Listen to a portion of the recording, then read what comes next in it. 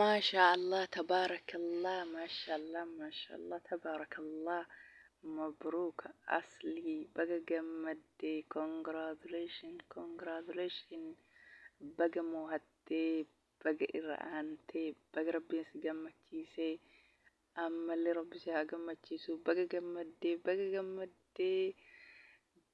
موهتي بقى جمدي nama hunda gammachiiste ammallee rabbi isaa gammachiisu sabni keenya ummanni keenya kulliin isaa ammallee mooyatu malee hin moowatin saba kullii gammachiiste rabbi isaa haa gammachiisu hedduu sii gammannee jirra Dr. Aslii Sabaa baga gammaddee baga rabbiin si gammachiise akkasuma namni hunduu baga gammaddanii namni hundi ni jaalata Dr. Aslii jechuudha si gammannee jirra gammachuun kan kee gammachuu kenna baga rabbiin si gammachiise asiin guyyaa tapha keetii si gammachiise guyyaa kaleessa jechuudha hedduu tokko nu gammachiiste hedduu nullee si gammannee jirra congratulation siin jennee jirra baga gammaddee baga mo'atte hundumti feemasaa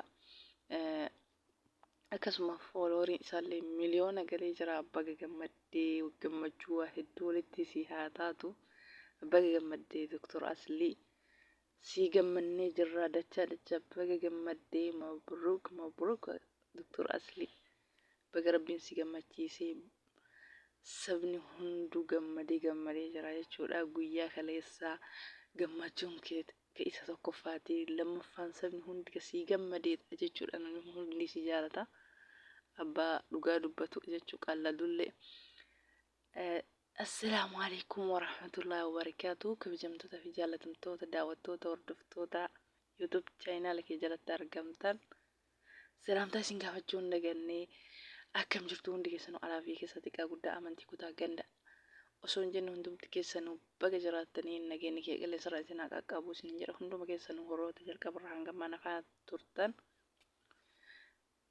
warru ammallee laayikii sheerii gochuun dagatinaa horoonni haroo taatan immoo welcome ani dhufu bagam YouTube channel kiyya nagaan dhuftanii sissimadhee jira seenaa viidiyoon kee osoo tolee laayik sheerii subscribe gochuun hin dagatinaa isiniin jedha egaa gammachuu Aslii akkuma argitanitti guyyaa kaleessaa tapha isaa moo'atee jira jechuudha maashaallah hedduu tokko gammannee jechuudha gammachuun inni gammadee nu mara gammachiise jechuudha yoomuu sabni keenya jechuudha feemasoonni keenya mooyatu malee hin mooyatime muluun isaatu feemas haa ta'u jechuudha warroonni tiktokii fooloowarsii guddaa qabu jechuudha Dr. Aslii Sabaa nama hundatu jaallata jechuudha qaldilee jaalataa dhugallee dubbata akkasuma Dr. Aslii dacha si gammannee jirra kongiraa siin jennee jirra baga rabbiin si gammachiise akkasuma saba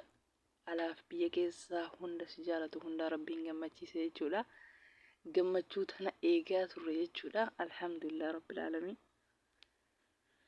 rabbi kun giddii hin qabu nama gammachiisa jechuudha akkanumatti wallahi hedduu nu boonsite hedduu nu gammachiiste jechuudha hedduu siif gammannee jirra gammachuu salaaqiyaa siif haa taatu hedduu namatti tola egaa hordoftoota kiyya guyyaa kaleessaa taphni Aslii akka ajaa'ibaa kanatti akkuma san Asliin akka ajaa'ibaa kanatti taphatanii dabarsanii jechuudha Asliin mo'atee gammadee nu gammachiise akkuma san gammachuu isaallee ibsatee jira baga gammaddee jennaan irra dachaa akkasuma hordoftoonni isa jala argaman fooloowarsii godhan hunduu baga gammaddanii jechuudha fooloowarsii miliyoona takka galee kun hunduu maaliin as gahe sababa nama hunda isaa fooloo godheen as gahe akkasuma namoota jala taa'ee taftaaf godhe muluun keessanuu holumaanuu baga gammannee jechuudha ka gammachuu isaa kana dhaga'uuf arguuf teettanii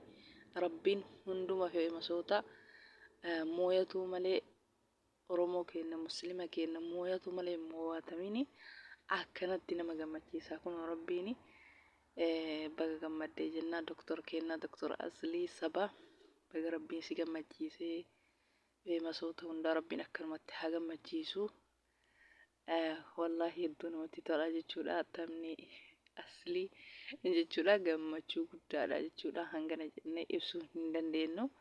Hedduu tokko sii gammanne jirra maashaallah baga gammaddee baga rabbiin si gammachiisee baga irra aantee baga mo'attee jechuudha.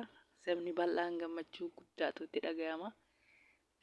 Anillee akkuma san gammachuu kiyya ibsadhee jira. Hedduu tokko gammade jechuudha. Gammachuun nama kamuu na gammachiisa. Maashaallah baga gammadde obboleessa keenya.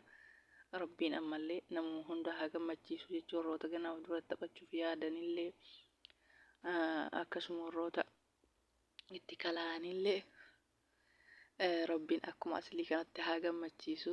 Hedduu tokko sii gammannee jirra obboleessa keenya aslii. Oromoon hunduu keessumaa warri leenca kennitan hedduu galatoomaa. Maaliifi leenca heddummeessitanii kennuun kuni akka inni mo'atu isa taasisa jechuudha. Asliin dhugaa dubbachuuf nama gaariidha. Rakkatallee gargaara. Akkasuma nama miidiyaa kanarraa taphaa fi qaldii jaalatudha jechuudha. Doktor Aslii Sabaa jechuun akkasii rabbiin isa haa gammachiisu. Nama waan tokko nama gammachiise akkasuma rabbii isa gammachiisa. Baga rabbii isa gammachiisee baga taphattee baga mo'attee milkii haa ta'u jechuudha. Akkasii wallah hedduu tokko nama gammachiisa. Gammachuu addaatu irraa mul'ata jechuudha. Doktor Asliin ganama kana immoo gammachuu isaa ibsateetiin hin jira jechuudha. Hedduu gammade.